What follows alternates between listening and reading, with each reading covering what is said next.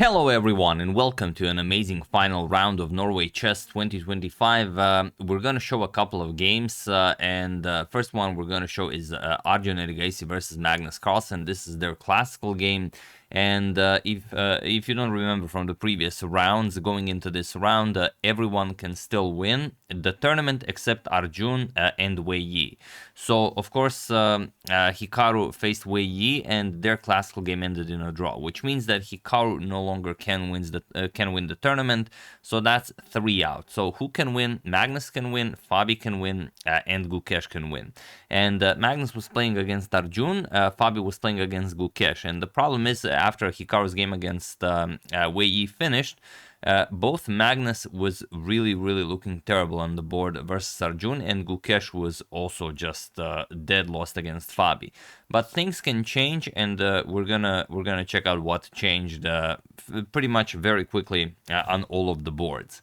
So let's dive straight into it. First game, like I said, Arjun versus Magnus, and this one is a roller coaster, so be ready for it. We have d4, sorry about that, pawn to d5. We have pawn to c4, pawn to e6, knight to c3, and knight to f6. So just a standard Queen's Gambit declined. We have C captures on d5, E captures, and bishop to g5, the so-called positional line. Bishop to e7, we have e3, and castles kingside. So this is all standard theory, nothing new being played here. Bishop d3, h6, bishop h4, pawn to c6, knight g to e2, and knight b to d7. We have castles kingside, and it's again a fairly standard position. Rook to e8 and knight to e4 are the go-to moves, but here we have pawn to a5. Extremely rare move by Magnus. Has been played once last year in the Women's Olympiad between Timea Selle and Mariana Silva, and the game ended by black winning. So we actually continue in the exact same fashion as that game. f3, pawn to b5, queen to c2, and rook to e8. But in that game that we've discussed, king to h1 was played by Mariana Silva. Here we have pawn to e4. By Timea Selle. Here we have pawn to e4 by Arjun. And it is now, as of move 13, that we have a completely new game. And okay, what does Magnus do? Well, you've allowed it, so he advances. Pawn to b4. We have knight to a4 by Arjun, and d captures on e4. We have f captures, knight captures on e4. Looks fancy, but it's merely, trading some pieces. Unless you go for some tricky lines. Look at this. Bishop captures on e7, queen captures on e7, and now queen captures on c6. And you might be thinking, well, okay, yes, you are attacking both the rook and the knight, but the knight is defended twice. So can't I just move the rook? Isn't that perfectly fine? It is, but calculating the consequences of rook to b8 would require a lot of time. Look at this. Rook captures on f7. And now you cannot capture due to bishop to c4. Obviously, even worse is to capture with the queen. So you would have to play something like bishop to b7, and then we just trade everything. Rook captures, bishop captures on c6, rook captures on e8 with check, rook captures, you defend the knight, and now let's say black captures, let's say captures, knight to b6 goes after the pawn, and you defend it. And you get something like this. White is up a pawn, but it's a doubled a pawn, so yeah, I mean, you are better. You also have the passed d pawn. Whether you would win, that's a different story. But in the game after queen captures on c6, we have knight e to f6. Best would be to go knight d to f6. And the reason for this is that after knight d to f6, for example, queen captures on a8, you have this knight to d2 move. Again, I already told you that this is a disgusting game. I mean, so many crazy lines. Knight to f4. So after queen to e3 check, the bishop on d3 is undefended. Queen to e3 check, king to h1, and now bishop to d7, exposing the knight and the queen to some danger. Rook f to e1, you attack the black queen, and now look at this. Queen captures on e1, rook captures, and of course you would very much love to deliver checkmate, but the rook on e8 is pinned, so you have to capture the queen, and now let's say knight b6 goes after the rook and the bishop, but you don't have to defend, you can also go rook e8, as the rook on e1 is undefended, and after rook captures on e8, let's say bishop captures, you're gonna play something, let's say you trade knights, and you get something like this. Equal position, it's very nice, so yeah, there's that. White is a little bit better due to the passed pawn, but all in all, it is playable. So after queen captures on c6, Magnus did not go for knight d to f6. He played knight e to f6, and this is slightly better for Arjun. Arjun plays queen captures on a8. We have queen to e3 with check, king to h1, and queen captures on d3. Knight f4 attacking the queen, and queen captures on d4. We have rook a to d1. And now Magnus again makes a slight inaccuracy. He has to play queen to e3. But again, I will have to show you why, because you will not believe me. You have to play queen e3, so when rook to c1 is played, which looks like a great move, you can play knight to e4. And this is now the point. Now white has to play some, wild ideas like knight to h3, because if you play rook captures on c8, then there's the immediate knight to f2 check. If you capture, you get checkmated, and of course, I know you see it, but there are maybe, some viewers that don't. If king to g1, then you have knight to h3, a double check, and then after king to h1, queen to g1, and a beautiful smothered mate. So that's why queen to e3 was better for Magnus. There are a lot more resources to go with there. Magnus played queen to e5, and now you don't have this hidden resource. So Arjun goes rook to c1, and Magnus goes knight to f8. Okay, we have rook captures on c8, and now queen captures on f4. Magnus sort of blundering the queen, but not really. If you capture it, then the rook can now move, and rook to e1 check, rook f1, rook captures on f1 will be checkmate. So after queen captures on f4, Arjun finds the brilliant queen to a6, defends the rook, and also just continues putting pressure, and there's not much you can do here. For example, if you play rook captures on c8, then rook captures on f4, and now if you play rook to c1 check, then the rook just comes back. The queen is again defending the f1 square. So here after queen to a6, you could play queen to e5, but it would just be much better. Rook captures, and then the queen has to keep an eye on the a5 pawn. You have to capture with the knight, and then just queen to c8, and you're gonna play queen to f5. You're just up in exchange, of course, probably just winning. So instead, after queen to a6, Magnus says, all right, we're going all in. He plays queen captures on f1. He sacrifices the queen, and after queen captures on f1, rook captures on c8. And he doesn't have a lot. He has a rook and a knight for the queen, and Arjun is definitely better here. So let's see how the game continues. Pawn to h3, we have rook to d8. We have queen to a6, not a lot Magnus can do here. Rook to d5. He has to just defend. He defends the a5 pawn. Knight to b6 attacks the rook. Rook to c5, and now knight to c4. Okay, knight to e6. Magnus slowly improves the position of the knights, and Arjun captures the pawn. Knight captures, and Magnus has nothing more to wait for. If he allows it, a4 is coming. Doesn't matter if you capture. If you don't, Arjun will create a passed pawn, and it will be very, very hard to stop it. So Magnus has to attack the white king, g5. Okay, knight c4, we have pawn to g4, and now pawn to b3. Probably better was just king h2, and then you create a passed pawn, but okay. b3 was played, and now g captures on h3, g captures, and rook to h5. Okay, Magnus, it's not a lot, but getting some counter chances, and you have to play king to g2. But Arjun played king to h2, and now Magnus has an opportunity to go after the white king. He does so via king to g7.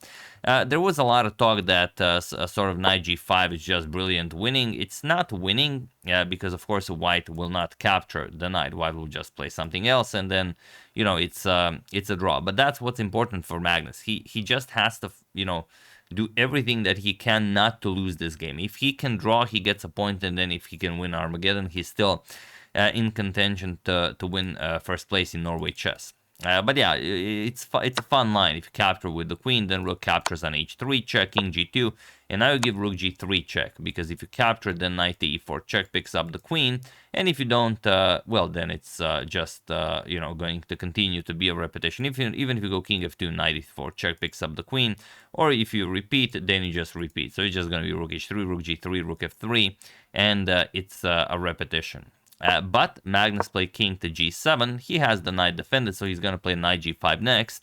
Queen b7, and now knight to g5. We have knight to d6 going after the f7 pawn.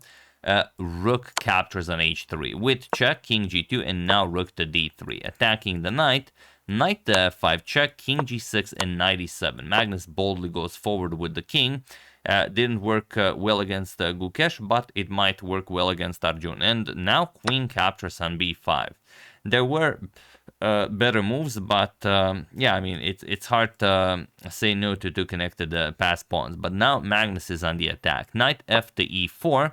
We have king to f1, and now rook to d2. The absolute best move by Magnus. You don't have to convince him twice to do it. You have the knights defending each other. The rook on d2 is defended. The king is boxed in.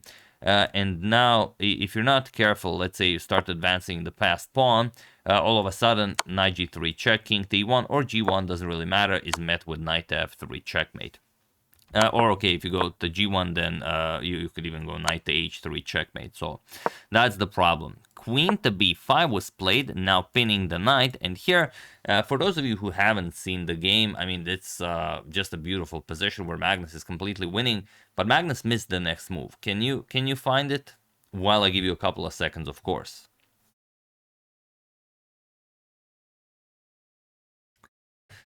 So here, the killer idea is f5. Just, you know, making Arjun's last move completely obsolete. The point is that there's no move that you can make after pawn to f5. It's just, I mean, spectacular. Whatever you play, you capture with the knight, then the queen no longer pins anything. Then you can just go for rook to f2 check. It's a bit of a different mate, but still, a rook to g1, of course, just knight to f3 check. But if you go king to e1, then look at this. Knight f3 check, king d1, knight c3 check, forks the king and the queen, and you lose simply by material. So, incredible stuff here. But after queen to b5, Magnus did not find pawn to f5. Magnus actually played rook to d1 with check. He repeated a couple of times because Gukesh was still playing and Magnus was very low on time. They were about the same amount of time. Magnus was lower on time against Arjun and Gukesh was lower on time against Fabi. And Gukesh had a terrible position. Of course, it's hard to say if Magnus knew it was lost or not. I'm sure he had a fairly good assumption it was. But you never know. Gukesh, you know, pulled off some miracles here. So king to g2, rook to g2 check, king to f1, and now Magnus says, nope, we will not be repeating.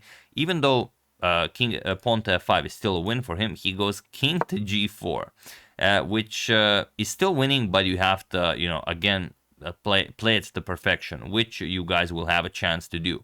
Queen to f5 check, king g3, queen to e5 check, king to f3, queen to f5 check, king to g3, again Magnus repeating, queen to e5 check, king f3, queen to f5 check, and now Magnus says, nope, not today, plays king to e3, and Magnus is now again winning, but you have to find it. Knight to d5 check, we have king to d4 by Magnus, and now king to e1. And the problem is there is only one winning move here for Magnus, and it's definitely not the first one you think of. Have at it while I give you a couple of seconds.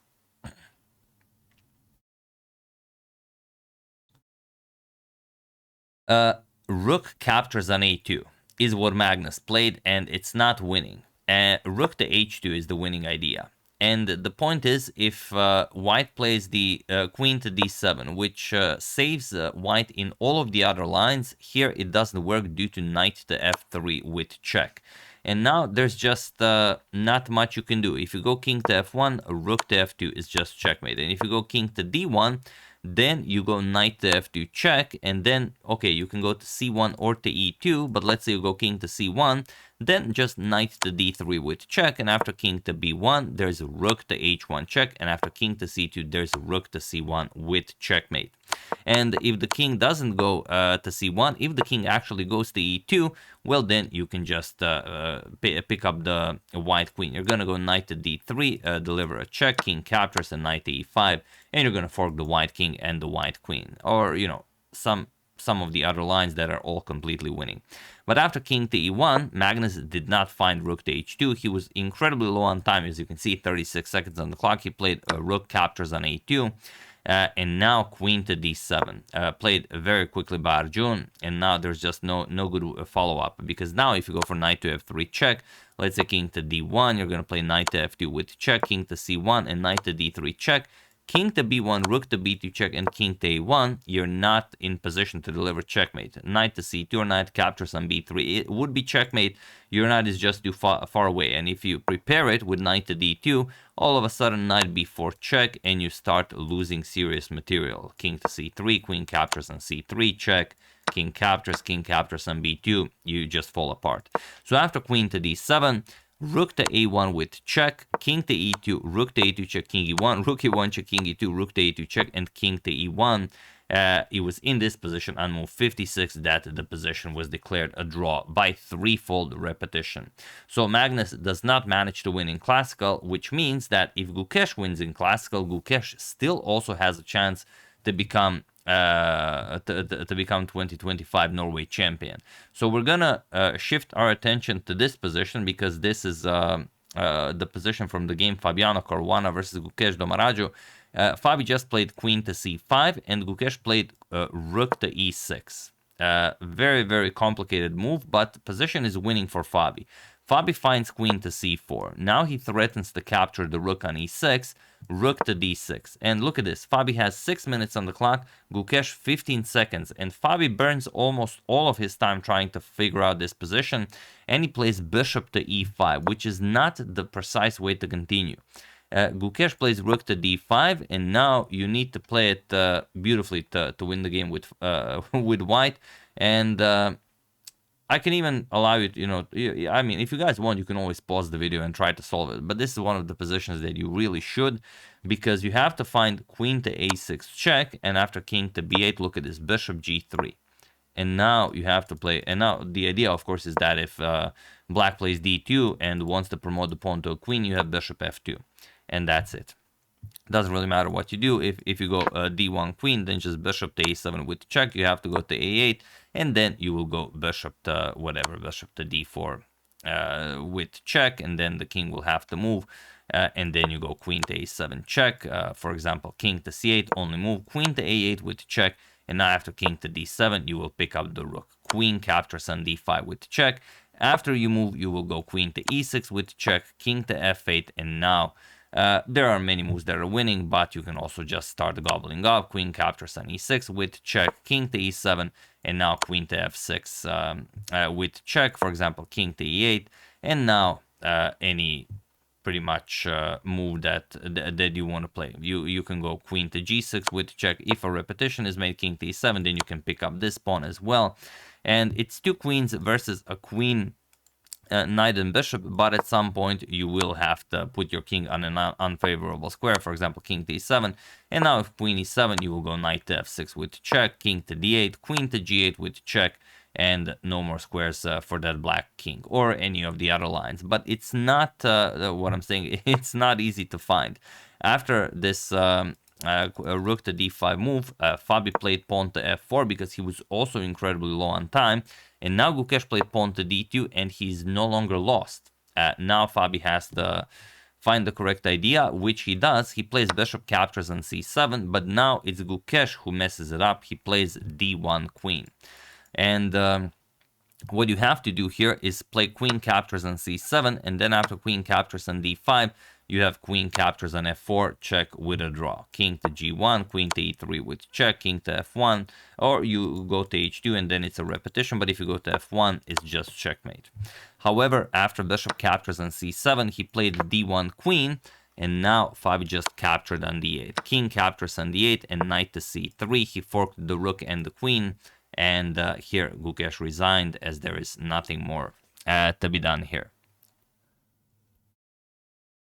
And it's I mean, a crazy position. If you go queen d4, to say, okay, if you capture the rook, I'm going to capture the knight, you can't, because this comes with check, so you're just going to be down a knight. And if you play rook d4, which is nice, then you can just give a check, and all, after the king moves, you're just going to lose that queen on d1.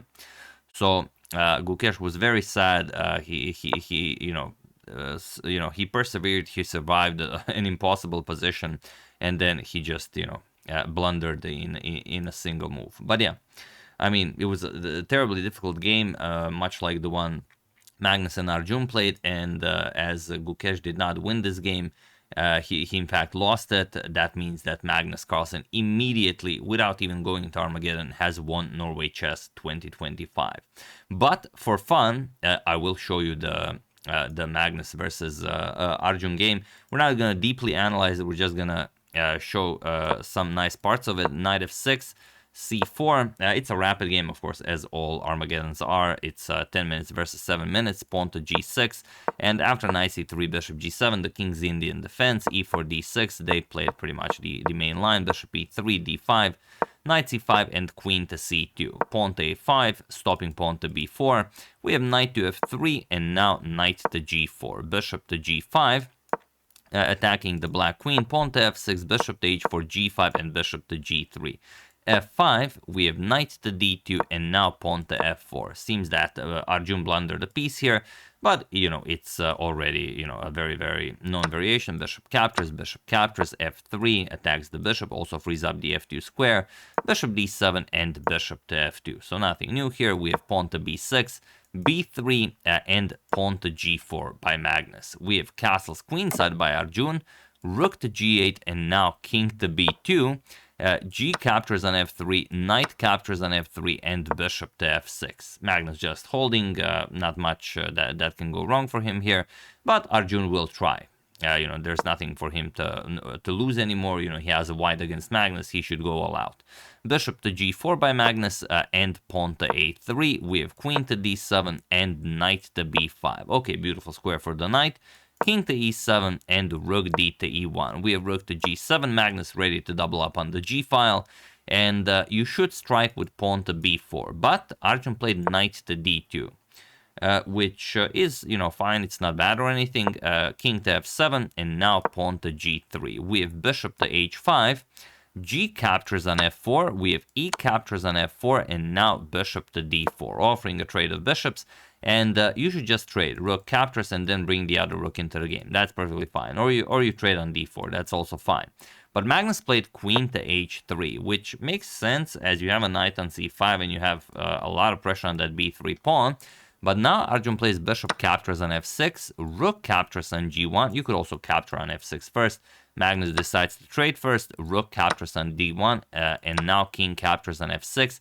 And Arjun should just capture on c7. But this is Armageddon. He wants to go all out against Magnus. Plays pawn to e5 check.